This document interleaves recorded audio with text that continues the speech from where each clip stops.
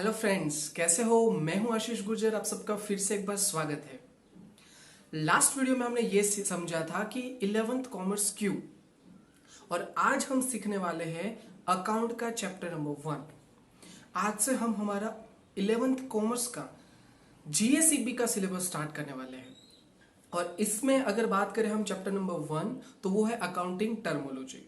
इसके अंदर क्या है कि जो हमारे पास अकाउंटिंग वर्ड है ना, वैसे बहुत सारे वर्ड है। इसके अंदर बहुत सारे ऐसे टर्म है जिसका मतलब कुछ और होता है अकाउंटिंग लैंग्वेज में। नहीं बोलते हम हर एक की ऐसी लैंग्वेज होती है, सी लैंग्वेज, फलाना लैंग्वेज, कंप्यूटर की अलग अलग लैंग्वेज होती है, वैसे तो यहाँ पे भी कुछ ऐसा होता है। जस्ट एक एग्जांपल देता हूँ कि भाई डेटर्स, ये क्या होता है सर? तो भाई जिस बंदे के पास से हमें पैसे लेना है तो उसको डेटर्स बोलते हैं। तो वैसे बहुत सारे हमारे पास टर्म है, तो वैसे टर्मोलॉजी भी यहाँ पे सीखनी है। एज वेल एज हमें और क्या सीखना है, तो हमें अकाउंट की डेफिनेशन सीखनी है, अकाउंट के कैरेक्टरिस्टिक्स सीखने हैं, और भी हमारे पास बहुत बड़ी लिस्ट है। मतलब ये पूरा चैप्टर आपका थ्योरेटिकल रहने वाला है। ठीक है फ्रेंड्स, सो अभी हम स्टार्ट करते हैं हमारी डेफिनेशन। आज के इस वीडियो में हम डेफिनेशन सीखेंगे और सेकंड हम सीखने वाले कैरेक्टरिस्टिक्स।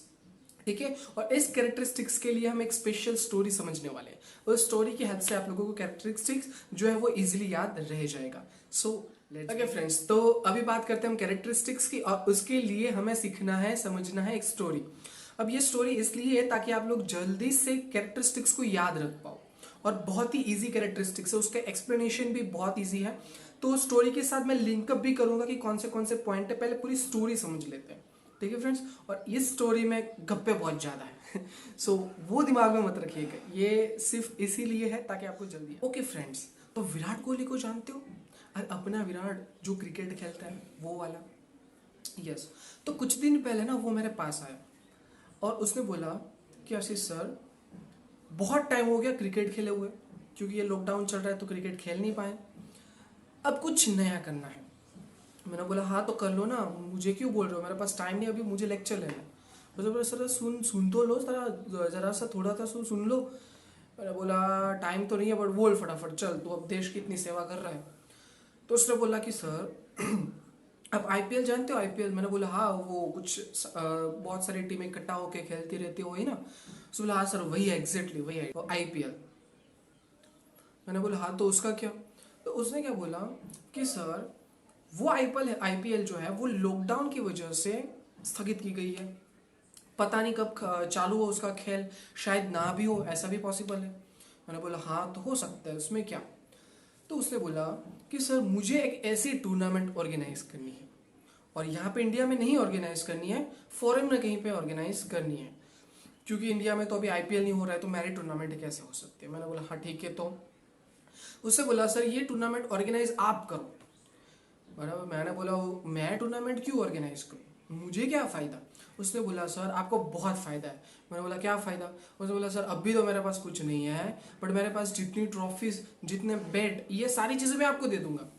मैंने बोला भाई मैं उसको क्या करूँगा, उसका आचार थोड़ी ना होता है, या तो फिर उसको बेचे थोड़ी जाएंगे हम, या तो फिर उससे पैसे थोड़ी अर्न कर पाएंगे। तो उसने बोला सर तो अब क्या कर सकते हैं? मैंने बोला ये नहीं चलेगा, तो कुछ और आइडिया लेके आओ। तो उसने बोला इमीडिएटली बोला कि सर एक काम करो, भले आप मेरी जो ट्रॉफीज है, जो बेट है वो नहीं ले रहे, एक काम करो मैं आपको पैसे दूंगा, मैं आपको क्या दूंगा, प्रॉफिट में शेयरिंग दूंगा। मैंने बोला ठीक है चलो, कुछ तो रिटर्न मिल रहा है। तो एक वैल्यू डिसाइड कर ली कि भाई हम आपको 50% प्रॉफिट दे देंगे। तो मैंने बोला एक काम कर भाई, 50% प्रॉफिट नहीं चाहिए हमें, मुझे 70% प्रॉफिट चाहिए, तुझे 30% मिलेगा। उसे बोला सर ठीक है ऐसा रखते हैं। तो ये डिसाइड हो गया।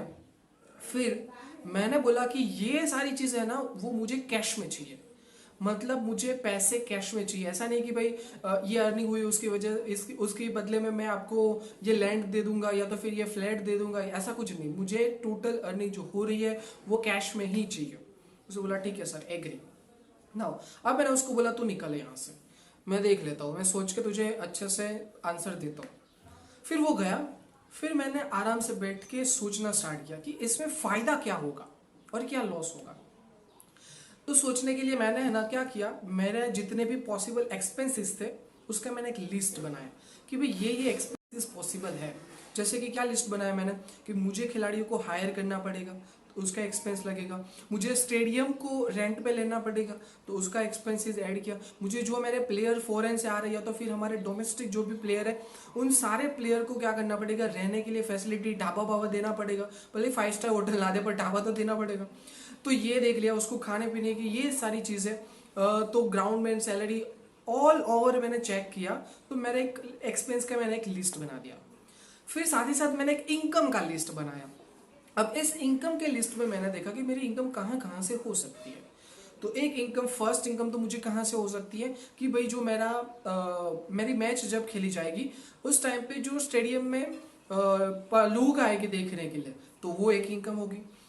दूसरी इनकम क्या होगी, तो दूसरी इनकम ये होगी कि भाई मेरी जो ये जो क्रिकेट मैच हो रही है, जो ये टूर्नामेंट हो रहा है, उसको टेलीकास्ट करने के लिए बहुत सारी मतलब चैनल है वो कंपटीशन में आएगी, वो लोग मुझे कुछ ना कुछ देंगे, तो एक ये इनकम होगी। फिर मैं और एडवर्टाइजमेंट करूँगा।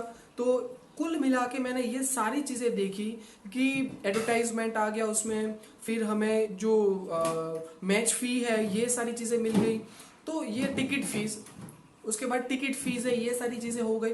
ये सारी चीज़ों को कवर करने के बाद मैंने एक इनकम एक साइड इकट्ठा की कि ये इनकम मेरी हो सकती है। एक साइड मेरे सारे एक्सपेंसेस हैं, एक साइड मेरी सारी इनकम है। ये चीज़ें हो गई ना। उसके बाद मैंने सोचा कि चलो इनकम का लिस्ट तो इतना है, एक्सपेंस का लिस्ट इतना है ना, मुझे प्रॉफिट कितना होगा। तो मैंने सिंपल अभी कैलकुलेशन कर रहा हूँ, मैंने सिंपल क्या किया कि भाई जो मेरा इनकम का सोर्स है ना, उस इनकम का टोटल कर दिया और उस टोटल में से मैंने एक्सपेंस को डिडक्ट कर दिया। मान लो एग्जांपल लेते हैं, मेरी इनकम हुई थी 1000 करोड़ रुपीस और उसके अगेंस्ट मेरा जो एक्सपेंस था वो था 500 करोड़ रुपीस। सो 1000 माइनस 500 कर दिया तो कितना हो गया, 500 करोड़। नाउ तो मुझे दिखा भाई इसमें प्रॉफिट 500 करोड़ का है। Is that clear? नाउ तो ये बिजनेस कर सकते हो। बट अब इश्यू कहां पे हुआ, अगर ये टूर्नामेंट नहीं चला तो बहुत बड़ा इश्यू हो जाएगा। तो मैंने सोचा कि भाई 1000 रुपीज है, वो हमारे खुद के ही क्यों इंस्टॉल करें इसके अंदर, मतलब खुद के पैसे क्यों डालें इसके अंदर। सीधी सी बात है, अगर लॉस हुआ तो बहुत बड़ा घाटा हो जाएगा। तो मैंने सोचा कि कुछ करते हैं। फिर मैंने क्या किया, मैंने मुकेश चाचा को फोन किया। मुकेश चाचा अपने अंबानी साहब, गुजराती चाहिए तो આપણે तो काका ज થાય। सो उसको मैंने कॉल किया और उसके जो सेक्रेटरी उसने कॉल रिसीव किया। उसके बाद मैंने बोला कि मुकेश चाचा को फ़ोन दो। उसने बोला कौन, मैंने बोला आशीष सर बोल रहा हूँ। तो बोला हाँ देता हूँ। तो मुकेश चाचा ने कॉल दिया और बोला बोल बेटा क्या काम है। मैंने बोला चाचा कुछ आईपीएल आपने नाम सुना है? तो उसने बोला हाँ सुना तो है। मैंने बोला आपकी टीम भी है यहाँ पे, आपकी ये हमारी चाची हैंडल करती है वो टीम। उसने बोला हाँ बेटा वो तो है, तो क्या बोल उसमें क्या कोई प्रॉब्लम है। मैंने बोला नहीं, जैसे आईपीएल है ना वैसे ही हमें एक और टूर्नामेंट ऑर्गेनाइज करना है। उसने बोला ओके ठीक है करो। मैंने बोला करना तो है बट फिनेंशियली आपका सपोर्ट चाहिए। उसने बोला फाइनेंशियली सपोर्ट चाहिए, वैसे वो तो बहुत बड़े बिजनेसमैन है, बराबर पैसे तो निकल जाए उसके पास से, पर ऐसे तो पैसे ना दे देना, भले ना चाचा लगे। पर फिर भी उसने क्या बोला कि वेट मैं तुझे 5 मिनट के बाद कॉल करता हूँ। मैंने बोला ठीक है। फिर उसने क्या किया, उसके जो बड़े बड़े सोचने वाले लोग थे, जो मैनेजमेंट करते थे, जो प्लानिंग करते थे कि किसके अंदर इन्वेस्ट किया जा सकता है और किसके अंदर नहीं करना है तो रिटर्न आपको मैक्सिमम मिलेगा, तो ऐसे लोगों की टीम बुलाई। और उसने बोला कि भाई गुजरात से मेरे भतीजी का फ़ोन था, उससे बोला है कि भाई एक ऐसी आईपीएल जैसे टूर्नामेंट ऑर्गेनाइज करनी है और आपको इसमें इन्वेस्ट करना है, तो क्या हम कर सकते हैं उसमें इन्वेस्टमेंट। तो हर एक लोगों ने सोचा कि भाई जैसे आईपीएल चल रहा है अगर वैसे ही चल गया तो नो डाउट इसमें अच्छा खासा आपको रिटर्न मिलेगा। और जैसे वो बोल रहे बड़े बड़े प्लेयर्स लेने वाले हैं, इवन वो प्लेयर ऐसे भी होने वाले कि सिर्फ क्रिकेट के प्लेयर नहीं, फुटबॉल के भी प्लेयर उसमें खेलेंगे, हॉकी के भी प्लेयर खेलेंगे, सब खेलेंगे, मतलब आपको पूरा ग्राउंड मिलने वाला है। तो ऐसा करना चाहिए। उसने बोला ठीक है डन चलो। फिर मुकेश चाचा का फिर से मुझे फ़ोन आया। उसने बोला कि आशीष मैं तुझे 1000 रुपीज़ अभी देता हूँ और तुझे मुझे रिटर्न में 1100 देना है। बोल कब देगा। मैंने बोला सर 3 महीने में टूर्नामेंट खत्म, 3 महीने के बाद आपको पैसे मिल जाएंगे। उसने बोला वेरी गुड चलो। उसको तो 100 रुपीज़ एक्स्ट्रा मिल रहा है, उसको तो फ़ायदा है। नाउ उसने बोला अकाउंट नंबर दे दे, अकाउंट नंबर दे दिया, ट्रांसफर हो गया, सब कुछ मेरे पास आ गया। नाउ पैसे भी आ गया, सब कुछ हो गया। अब फिर टूर्नामेंट चला तो इतना पॉपुलर हुआ कि आईपीएल को पीछे छोड़ दिया। डन। और इतनी अर्निंग की हमने अंदाजा लगाया था 1000 करोड़ का, और इस टूर्नामेंट ने अर्निंग किया 10,000 करोड़ का। अब सोचो कहाँ पे मैंने 1,000 सोचा था और कहाँ पे 10,000 करोड़ की अर्निंग हुई। अब इस 10,000 करोड़ की इनकम हुई, मैंने कोहली को उसका शेयर दे दिया, मैंने मेरा ले लिया, सब अपने अपने रास्ते हो गए। फिर एक बार कोहली जो है वो सचिन के घर के बाहर से निकल रहा था, और जो सचिन है उसकी जो बेटी है वो कोहली की फैन है। तो उसे बोला, ओ कोहली इधर आ। उसे बोला बोलो ना, तो आ जाओ चाय वानी पिलाते हैं हम घर पे। उसे बोला चाय तो नहीं पीता, जूस पीऊंगा। उसे बोला जूस पिला देते हैं। तो वो सचिन पाजी के घर पे गया, तो सचिन पाजी बैठे थे और उससे बोला कि लिया आप लोगों ने ये टूर्नामेंट जैसा कुछ ऑर्गेनाइज किया था क्या ये सब? तो छोड़ो ना पाजी, बहुत लंबी स्टोरी, चलो बता ना। तो उसे बोला सर ये हुआ था, मैं आशीष सर के पास गया था। फिर पूरी कहानी उसने बताई, और कैसे टूर्नामेंट ऑर्गेनाइज और कैसे अर्निंग की, ये पूरी हिस्ट्री उसने उसको बता दी। किसको? सचिन पाजी को। क्लियर? वैसे करके पूरी हिस्ट्री बता दी, और फिर वो वहां से चाय वानी पी के निकल गया। तो ये थी अब हमारी स्टोरी। अब यहाँ से भी आगे आएगा, जब नेक्स्ट जो हमारा पॉइंट है उस टाइम पे हम यहाँ से स्टोरी को कंटिन्यू करेंगे, बट अभी तक यहाँ तक का ही काम का है हमारे कैरेक्टरिस्टिक्स के लिए। अब समझते हैं इसमें कौन से ऐसे पॉइंट आए थे जिसको हमारे कैरेक्टरिस्टिक्स के साथ कनेक्शन है। पहले तो दिमाग में बिठा दो, स्टोरी में क्या हुआ था। पहले कोहली मेरे पास आया और कोहली ने बोला मुझे एक टूर्नामेंट ऑर्गेनाइज करना है। मैंने बोला भाई तू टूर्नामेंट ऑर्गेनाइज कर, बट मुझे क्या फायदा होगा? उससे बोला मैं आपको ट्रॉफी दूंगा, बैट दूंगा। मैंने क्या बोला? नहीं चलेगा, मुझे क्या चाहिए? प्रॉफिट में शेयरिंग चाहिए। उससे बोला ठीक है सर, प्रॉफिट में शेयरिंग दे देंगे। तो एक ये चीज हो गई। सेकंड, उसके बाद मैंने बोला कि भाई प्रॉफिट में शेयरिंग मिलेगा, बट मुझे उसकी वैल्यू वो पैसे मुझे कैश में चाहिए। ऐसा नहीं कि तू मुझे उसके बदले में लैंड दे दे या तो फिर उसके बदले में बिल्डिंग दे दे, ऐसी कोई चीज नहीं। उसने बोला ठीक ठीक है सर, ओके। फिर वो गया। फिर मैंने क्या किया भाई, इस टूर्नामेंट ऑर्गेनाइज करने में मुझे क्या क्या एक्सपेंसेस हो गए या तो फिर मुझे क्या क्या इनकम होगी, उसका मैंने क्लासिफिकेशन किया। देन आफ्टर उसके बाद मैंने क्या किया भाई, जो मेरी इनकम है उसमें से मैंने एक्सपेंस को माइनस कर दिया। तो मुझे पता चला कि जो मेरे पास इनकम हो रही है वो कितनी इनकम होने वाली है।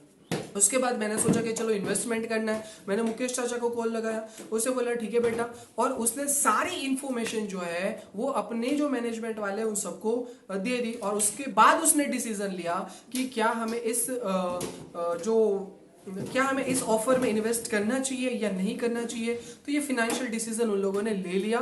उसके बाद मुझे पैसे ट्रांसफर किए। पैसे ट्रांसफर करने के बाद मैंने टूर्नामेंट अच्छे से किया, पैसे अर्न किए। फिर कोहली एक बार किसके घर पे गया? सचिन पाजी के घर पे गया। वहां पे उसने पूरी कथनी सुनाई कि कैसे हमने अर्निंग की। तो ये थी अब हमारी स्टोरी। अब इसको कनेक्ट करते हैं हम लोग, ठीक है। अब देखो, पहले कोहली आया तो उसने मुझे क्या बोला कि आपको मैं बेट दूंगा, ट्रॉफीज दूंगा, ये सारी चीजें मैं आपको दूंगा। बट मैंने क्या बोला, ये चीजें नहीं चाहिए। मुझे क्या चाहिए? मुझे क्या चाहिए? प्रॉफिट में शेयर चाहिए। Is it clear? तो ये पॉइंट जो है वो हमारा हो जाएगा फाइनेंशियल कैरेक्टरिस्टिक्स। ठीक है, क्या हो जाएगा? Financial characteristics. नाउ उसके बाद ये पहला है, ये हमारा पहला पॉइंट। उसको अभी डिटेल में हम समझते हैं। ये तो हमें सिर्फ स्टोरी के साथ कनेक्ट कर रहे हैं, फिर हम प्रैक्टिकली बुक के हिसाब से समझते हैं। नेक्स्ट, उसके बाद मैंने क्या बोला कि ये जो पैसे मुझे मिलने वाले हैं वो सारे के सारे पैसे कैसे मिलने चाहिए? मुझे कैश में मिलने चाहिए। मतलब उसकी वैल्यू डिसाइड की हमने कि ऐसे मुझे ये पैसे मिलने चाहिए। Is it clear? तो ये दूसरा पॉइंट हो गया, money as a medium of exchange. ठीक है फ्रेंड्स, तो ये दूसरा पॉइंट हो गया। उसके बाद मैंने क्या किया, तो मैंने क्या किया, मेरे पास कितने एक्सपेंसेस है और कितनी इनकम है वो क्लासिफाई कर दिया कि भाई इतने इतने एक्सपेंसेस होने वाले और ये इनकम होने वाली है, उसको क्लासिफाइड कर दिया मैंने। Is it clear? तो ये मेरा क्या पॉइंट हो जाएगा, classification and analysis of transaction. जो हमारे ट्रांजेक्शन्स है उसको क्लासिफाइड करो कि कौन सा कैश ट्रांजेक्शन होगा। प्रैक्टिकली इस बुक की बात करें तो कौन सा कैश ट्रांजेक्शन होगा, कौन सा क्रेडिट ट्रांजेक्शन होगा, ये सारे कौन सा नॉन कैश ट्रांजेक्शन है, ये सारी चीजें देखो और उसको क्लासिफाइड करो। कौन से एक्सपेंस है, कौन से इनकम है, ये सारी चीजें भी आपको क्या करनी पड़ती है, क्लासिफाइड करनी पड़ती है। क्लियर? और उसको एनालाइज किया। नेक्स्ट, उसके बाद क्या हुआ कि मेरे पास जो डेटा है ना, उस डेटा को मैंने इंटरप्रेट किया कि भाई ये जो मेरी इनकम है और ये जो मेरा एक्सपेंस है, उस इनकम में से अगर एक्सपेंसेस को डिडक्ट कर देंगे तो मुझे जो मिलेगा वो या तो मेरा प्रॉफिट होगा या तो मेरा लॉस होगा। तो मुझे पता चला कि 1000 करोड़ के अगेंस्ट 500 करोड़ का क्या है, एक्सपेंस है। सो मेरा प्रॉफिट क्या होने वाला है, 500 करोड़ का। Is it clear? So ultimately मुझे बेनिफिट कितना हुआ, 500 करोड़ का बेनिफिट होगा। ये मैंने क्या किया, इंटरप्रिटेशन किया। सो ये पॉइंट मेरा क्या हो गया, interpretation of transactions. Is it clear friends? Now उसके बाद मैंने क्या किया, मैंने मुकेश चाचा को कॉल किया और मुकेश चाचा को ये बात मैंने बताई। अब मुकेश चाचा ने क्या किया, उसने पूरी टीम को बुलाया और सबको बिठा के मैंने जो इन्फॉर्मेशन दी थी वो पूरी की पूरी इन्फॉर्मेशन टीम को दी और बताया क्या इसमें इन्वेस्टमेंट करना चाहिए या नहीं। ये एक क्वेश्चन पूछा उसने। Okay done. तो इसको हम क्या बोलेंगे, इसको बोलेंगे क्वांटिटेटिव इन्फॉर्मेशन। हमारे पास जो इन्फॉर्मेशन है वो हमने उसको शेयर की, मतलब मुकेश चाचा के पास जो थी वो। क्लियर? देन आफ्टर क्या किया, मुकेश चाचा ने सोचा उसके ऊपर और फिर उसने डिसीजन लिया कि क्या यहाँ पे इन्वेस्टमेंट किया जा सकता है या नहीं किया जा सकता। क्लियर? इसको हम क्या बोलेंगे, economic decision. Is that clear? उसके बाद टूर्नामेंट हुआ, पॉपुलर हुआ, फिर विराट किसके पास गया, सचिन पाजी के पास, और वहां जाके उसने पूरी स्टोरी बताई, जो पूरी हिस्ट्री थी वो बता दी कि क्या क्या वहां पे हुआ था। इसलिए ये फाइनल पॉइंट हो गया आपका historical information. Is that clear friends? तो आई होप कि ये क्लियर हो गया। ओके, अब पहले से एक बार फटाफट देख लेते हैं तो कौन से पॉइंट है हमारे पास। तो सबसे पहला पॉइंट है फिनेंशियल कैरेक्टरिस्टिक्स। सेकेंड पॉइंट था हमारा money as a medium of action. Third point था हमारा classification and analysis of transaction. Fourth point था हमारा interpretation of transaction. Fifth point था क्वांटिटेटिव इंफॉर्मेशन। सिक्स पॉइंट था हमारा economic decision and final 7 point था हिस्टोरिकल इंफॉर्मेशन। ठीक है फ्रेंड्स, अब इन सारे पॉइंट्स को हम बुक में जो दिया है उस हिसाब से सीख लेते हैं। तो अब आ जाते हैं स्क्रीन पे। ओके फ्रेंड्स, जैसे कि आप लोग आपकी स्क्रीन पे देख सकते हो, ये है हमारा अकाउंटिंग का डेफिनेशन और यहाँ पे हमारे पास दो डेफिनेशन है। आपकी बुक में आपको ये मिल जाएगा।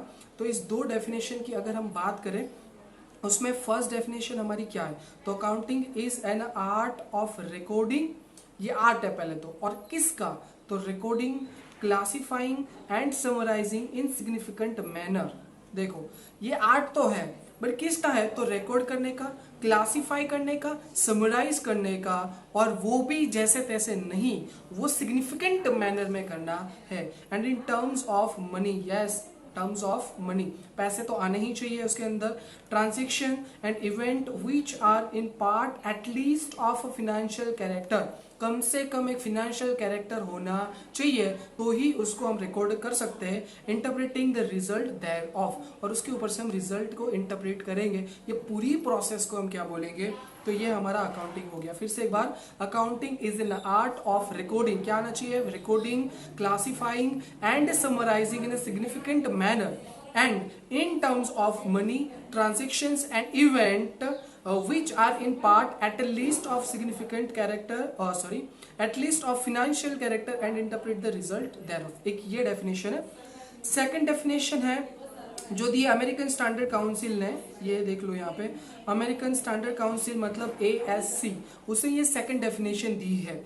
इस डेफिनेशन में it is a service activity. चलो पहले तो अकाउंटिंग जो है वो क्या है, तो सर्विस एक्टिविटी है, ये दिमाग में बिठा दो। आगे, its function is to provide quantitative information primarily financial in nature about economic entities that is intended to be useful in making economic decision।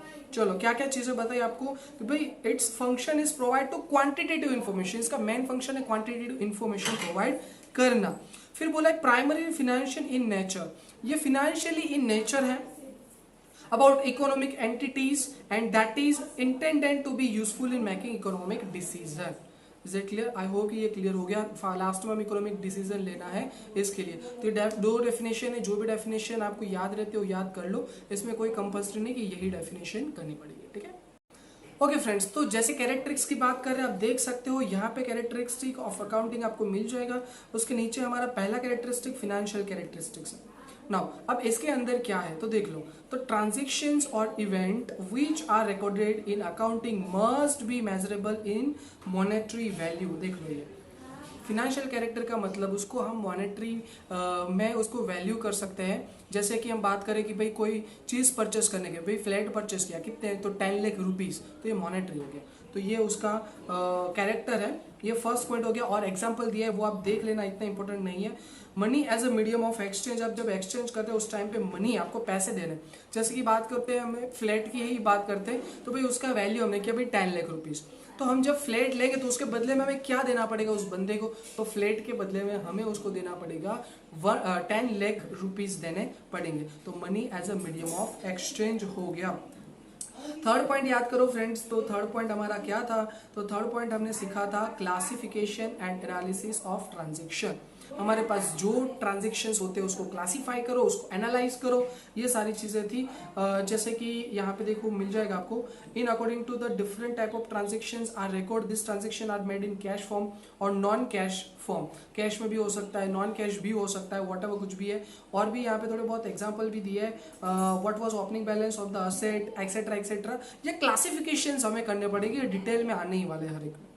Now उसके बाद था इंटरप्रिटेशन ऑफ ट्रांजेक्शन। ये इंटरप्रिटेशन किया था, याद है मेरा प्रॉफिट है, मेरी इनकम है, उसमें से मैंने एक्सपेंसेस को माइनस किया था तो मुझे क्या मिला था कि मेरा प्रॉफिट कितना हो रहा है। यहाँ पे वही कुछ चीजें ये लोग बता रहे हैं, जैसे कि देखो example, when blood pressure of a person is a major and it becomes to 120 to 80, blood pressure है वो कितना होना चाहिए 120 to 80। वैसे मुझे प्रॉफिट भी इंटरप्रेट करना पड़ेगा, भी मेरा प्रॉफिट जो है वो यहाँ से यहाँ तक रहेगा तो मुझे फायदा रहेगा, या तो फिर मैं ब्रेक इवन पॉइंट तक भी जाता हूँ तो भी मुझे फायदा है। ये सारी चीजें और प्रॉफिट भी चेक कर सकते हो, जैसे कि देखो 20,000 टोटल इनकम थी, टोटल एक्सपेंस 12,000 थे, तो आपका बैलेंस जो है 8,000, ये आपका प्रॉफिट हो गया, खत्म।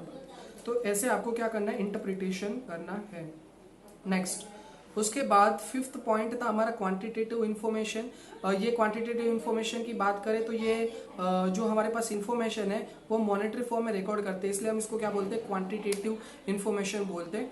उसके बाद 6 नंबर का इकोनॉमिक डिसीजन। अगर आपने अकाउंट लिखा है तो आपको कोई भी इकोनॉमिक डिसीजन लेना है तो इजीली ले सकते हो आप लोग, तो ये इकोनॉमिक डिसीजन भी आप बोल सकते हो। यहाँ पे एग्जांपल भी दिया है, देखो जैसे कि creditor make a decision to lend money to the company. हमारे जो क्रेडिटर है वो डिसीजन कैसे लेंगे, कंपनी को कैसे पैसे देने हैं। क्रेडिटर वैसे टर्म बाद में समझेंगे तो वो देखेंगे भी हमारी फाइनेंशियल पोजीशन कैसी है उसके बेसिस पे।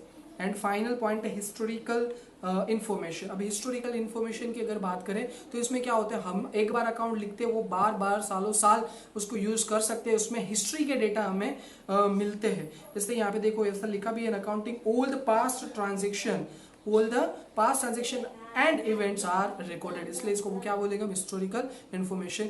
आपको क्या करना है, एक बार आराम से ये सब कुछ रीड कर लेना है, जो मैंने एक्सप्लेन किया वही सारी चीज उसके अंदर है, कोई भी चीज बाहर की नहीं है। और फिर भी आपको कोई क्वेरी है तो आपको कमेंट में लिख देना है। ठीक है फ्रेंड्स, आई होप कि आप लोगों को समझ में आ गया है। अगर कोई क्वेरी है तो कमेंट में फिर से एक बार बोल रहा हूँ, लिख दीजिए। और अगर वीडियो पसंद आया तो लाइक कीजिए और आपके दूसरे फ्रेंड को शेयर कीजिए ताकि उन लोगों को भी इसका बेनिफिट मिल सके। और अगर आप लोग नए हो तो चैनल को सब्सक्राइब कर लो और बेल आइकन को प्रेस कर लो। Thank you so much.